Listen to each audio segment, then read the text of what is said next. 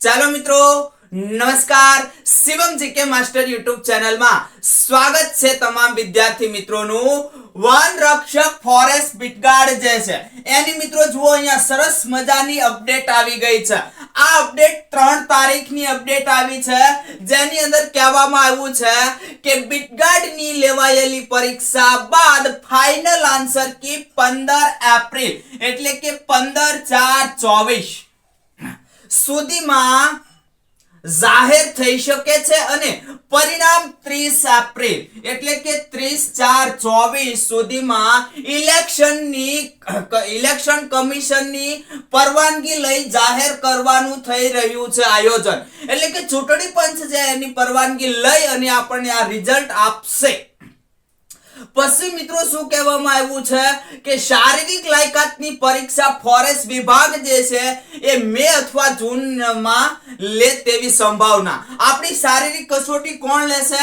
Forest વિભાગ જે છે એ ફોરેસ્ટ વિભાગ આપણી શારીરિક કસોટી લેશે. અને મિત્રો મે થી જૂન, આ મેં તમને અવારનવાર કીધું હતું કે તમારી શારીરિક કસોટી મે થી જૂનમાં આવશે, તૈયારીમાં રહેજો. કેટલા વિદ્યાર્થીઓએ હજી આમાં બેદરકારી રાખી છે કે આ તો બધી અફવાઓ છે, એકેડેમીનું સાચું માનવું નહીં. ભાઈ આપણે એકેડેમી ચલાવતાય નથી, તમને અહીંયા હેલ્પ કરવા માટે જ આવીએ છીએ. આપણે એકેડેમી શારીરિકની નથી ચલાવતા કે લેખિતની પણ નથી ચલાવતા. આપણે માત્ર અહીંયા શું ચલાવીએ છીએ? યુટ્યુબ ચેનલ ચલાવીએ છીએ અને તમને આપણે હેલ્પ જ કરવા આવીએ છીએ. હજી સમય વયો નથી ગયો, જાગ્યા ત્યાંથી સવાર શરૂ કરી દેજો, બરાબર? બીજું મિત્રો, હવે આ તો તમે જાણો છો, મારે તમને જણાવવું છે. જણાવવું છે કેટલાક વિદ્યાર્થી મિત્રો હજી પણ મૂંઝવણમાં છે કે ભાઈ જૂનાગઢની અંદર ફોર્મ ભરેલું છે, અમરેલીમાં, ભાવનગરમાં, દાહોદમાં અહીંયા ફોર્મ ભરેલું છે અને બેનો જે છે બેનોને માનો કે 85+ માર્ક્સ થાય છે અને ભાઈઓ છે એને 90+ માર્ક્સ થાય છે. બહુ બધી કોમેન્ટ આવે છે, સાહેબ જૂનાગઢમાં ફોર્મ ભરેલું છે, અમરેલી, ભાવનગર, દાહોદમાં ફોર્મ ભરેલું છે, તાપીમાં ફોર્મ ભરેલું છે, શું કરવું? બહેનોએ 85+ થાય છે, 90+ ભાઈઓએ થાય છે. ભાઈ આંખો મીચીને તૈયારી શરૂ કરી દો તમે. હવે આ બધું છોડો, હવે પછી પ્રશ્ન કરવાનું છોડો, તૈયારી શરૂ કરી દો. તૈયારી આરામથી શરૂ કરી દો. આને વારો આવશે શારીરિક કસોટીમાં બોલાવશે.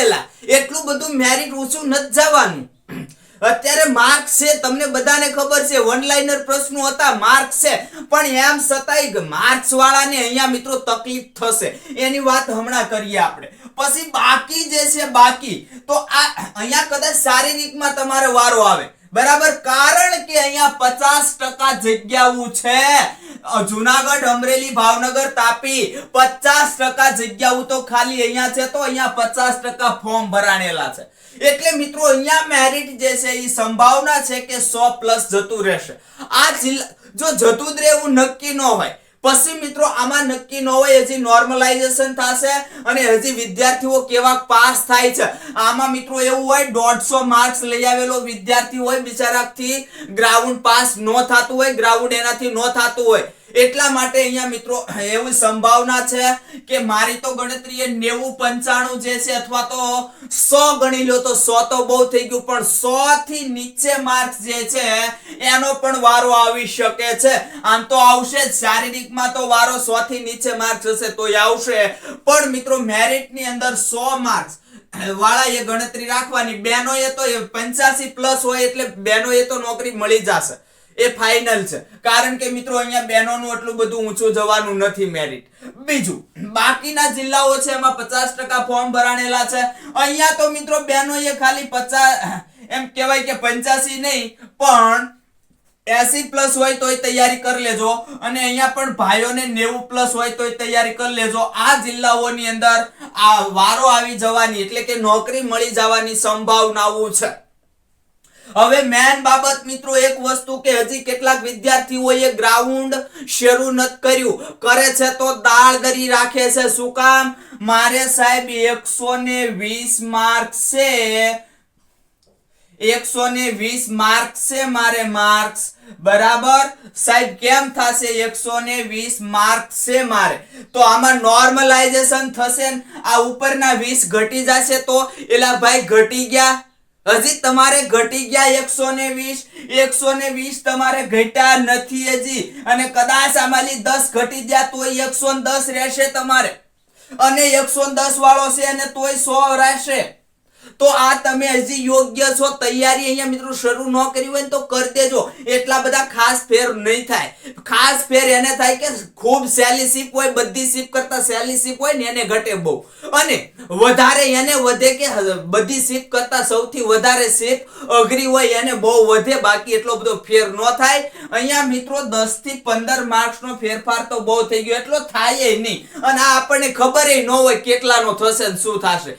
એ આપણે અહીંયા કાઈ નક્કી કરી શકશું નહીં એટલે કહું છું મિત્રો હજી મેં કીધું એમ ખાલી બહેનોએ 80 માર્ક્સ હોય તોય તૈયારી કરી લેવાની ભાઈઓએ 90 માર્ક્સ હોય તોય તૈયારી કરી લેવાની બીજું સલાહ સૂચન એક જ આપું છું માનો કે અત્યારે તમારે 90 માર્ક્સ છે અને તમે તૈયારી નથી શરૂ કરતા નોર્મલાઇઝેશન થવા દો આપણે અઘરી સીપ હતી 100 પ્લસ વયા જાય કે અથવા 110 થાય તો આપણે તૈયારી કરશું આ તમારી ખોટી માન્યતા છે શું કામ ખોટી માન્યતા દર્શાવું છું ખોટી માન્યતા એટલે દર્શાવું છું અહીંયા તારીખ જુઓ તમે અહીંયા તારીખ ખાલી જુઓ 15 તારીખે તમારી ફાઇનલ આન્સર કી 30 તારીખે તમારું રિઝલ્ટ એટલે તમને નોર્મલાઇઝેશન થઈ 30 તારીખે ખબર પડશે પછી આગળ જુઓ અહીંયા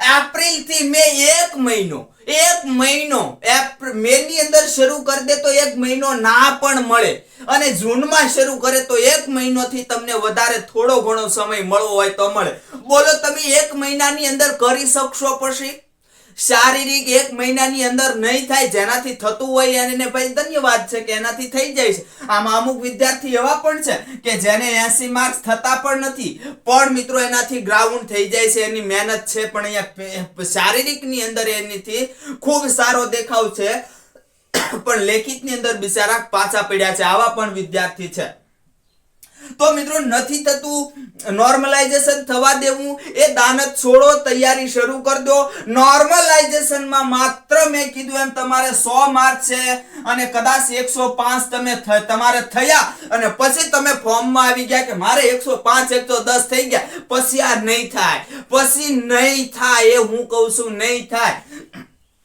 અને 120 વાળાને 110 થઈ ગયા તો એને ફેર નહીં પડે કાઈ ફેર નહીં પડે મિત્રો એ લોકોને કાઈ ફેર નહીં પડે એ લોકોને પણ તૈયારી શરૂ કરી દેવાય અને શરૂ કરી દીધી છે તો ખૂબ સારી વાત છે હવે વાત કરી દઉં આના માટે ફિઝિકલ માટે એકેડેમી જોઈન્ટ કરવી કે નહીં હવે માનો કે 1600 મીટર છે 1600 મીટર ભાઈઓ માટે અને બહેનો માટે છે 800 મીટર આ 1600 મીટર માટે તમારે 6 મિનિટનો ટાઈમ છે અને 400 મિનિટ માટે તમારે 4 મિનિટનો ટાઈમ છે દોડ માટે બરાબર તો દોડમાં મિત્રો જો અહીંયા તમારે 6.30 થઈ જતી હોય અત્યારે તમે એકેડેમી જોઈન્ટ નથી કરી 6.30 મિનિટ થાય છે તો હજી આરામથી થઈ જશે થોડીક મહેનત વધારજો થોડીક સ્પીડ લાવવા કરજો અને એકેડેમી જોઈન્ટ કરવાની જરૂર નથી બહેનો છે એને અહીંયા 4 ને 30 મિનિટ થાય છે એટલે કે 4 મિનિટ અને 30 સેકન્ડ થઈ જાય છે તો એને પણ એકેડેમી જોઈન્ટ કરવાની જરૂર નથી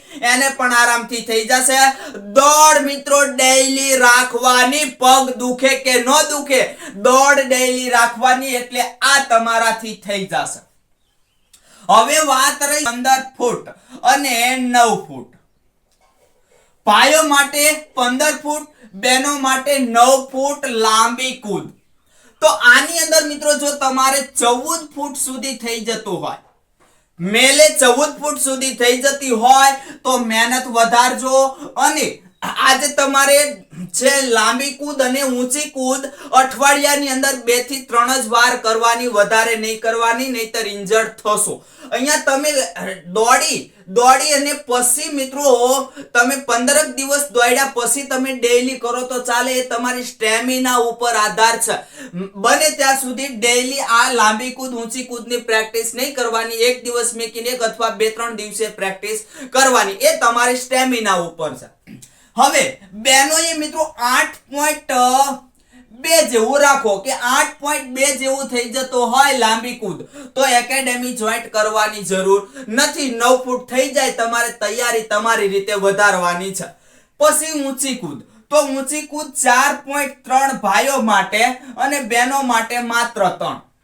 તો બહેનોએ આ કઈ ઊંચી કૂદ અઘરી એટલી બધી છે નહીં. 2.5 જેવું થઈ જતું હોય તો આરામથી થઈ જાય. ભાઈઓએ 4 ફૂટ જેવું થતું હોય તો આરામથી થઈ જશે. તો આ લોકોએ એકેડેમીની જરૂર નથી. પણ મિત્રો એક રચાચડ છે ભાઈઓની અંદર આવશે. આ રચાચડની અંદર મિત્રો જો તમારે 15 ફૂટ જેટલું થતું હોય તો તકલીફ નહીં થાય. આ પણ અઘરું છે અને મામૂલી ના સમજતા, રચાચડને કાઢી નો નાખતા. રચાચડ પણ મિત્રો તમને તકલીફ કરાવશે. તો આ રીતે જો તમારાથી ગ્રાઉન્ડ થઈ જાય છે તો જાતે મહેનત કરો, ગ્રુપમાં મહેનત કરો, થઈ જશે. અને નથી થતું તમારે 100+ માર્ક છે, ભાઈઓ હોય કે બહેનો હોય. હવે અહીંયા કોમ્બિનેશન થી વાત કરી દઉં છું. બહેનોએ તો આમ તો ખાલી 90 માર્ક્સ હોય, 90+ તો પણ વારો આવશે.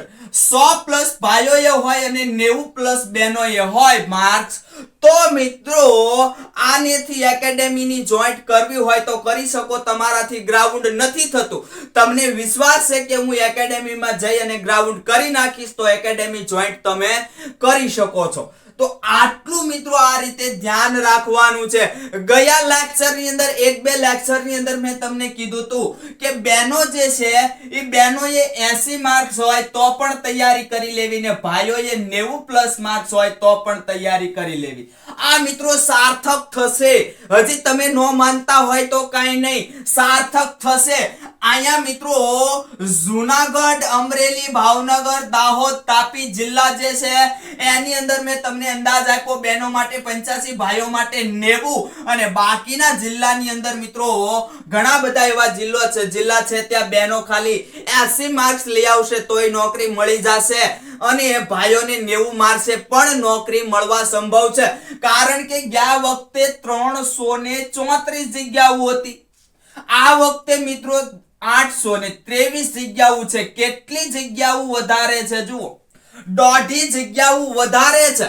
એની અંદર તો કેટલાક વિદ્યાર્થી એમ કહે છે કે સાહેબ આ વખતે તો એકેડેમીમાં પણ ખૂબ જાય છે. હા જાય છે મિત્રો. એકેડેમીમાં એનાથી ફેર પડે કે જેનાથી 80% મહેનત થઈ જતી હોય. 80% મહેનત થતી હોય તો 20%ની મહેનત એકેડેમીમાં જઈને ફેર પડે.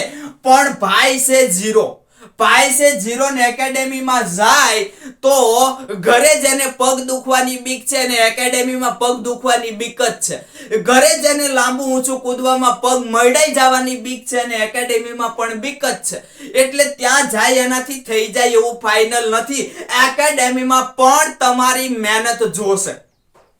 80% તો મહેનત તમારી જોશે, 20% મહેનત તમને એ લોકો સફળ કરાવવામાં મદદ કરશે. બરાબર. તો આ રીતે મિત્રો તમે તમારી રીતે જે કાંઈ તમારે તમારી રીતે કરવું હોય એ કરી અને અત્યારથી હવે નોર્મલાઇઝેશન રિઝલ્ટ છોડો ને તૈયારીમાં લાગી જાઓ જો તમારે લાગવાની ઈચ્છા છે ફોરેસ્ટની અંદર. તો આ સિવાય મિત્રો તમારે કાંઈ પ્રશ્ન છે તો કોમેન્ટની અંદર મને જણાવો, અથવા તો અહીંયા આપણો હેલ્પલાઇન નંબર છે 9737911890. આ હેલ્પલાઇન નંબરની અંદર મિત્રો તમે કોન્ટેક્ટ કરો WhatsApp માં, અથવા તો તમે ડાયરેક્ટ ફોન થી પણ વાત કરી શકો. હું જ્યારે ફ્રી હશું ત્યારે તમને તમામ માહિતી આપીશ. આપણે ફોરેસ્ટ બીટગાર્ડ માટેની કોઈ એકેડેમી મેં અગાઉ કીધા એમ ચલાવતા નથી, પણ તમને હેલ્પની જરૂર છે તો હું હેલ્પ કરીશ. આ બધી મિત્રો વાતો નથી થતી. એકેડેમીનો કોર્સ હોય તો એકેડેમીનો કોર્સ પોતે ઊભો રહેશે, તમને શીખવશે. પણ અહીંયા મિત્રો આ બધા અનુભવ કરીને તમને કહેવામાં આવે છે. બરાબર. હવે તો આટલું મિત્રો અહીંયા રાખીએ છીએ. આગલા લેક્ચરની અંદર હવે કંઈ પણ નવી અપડેટ આવશે એટલે આપણે મળીશું.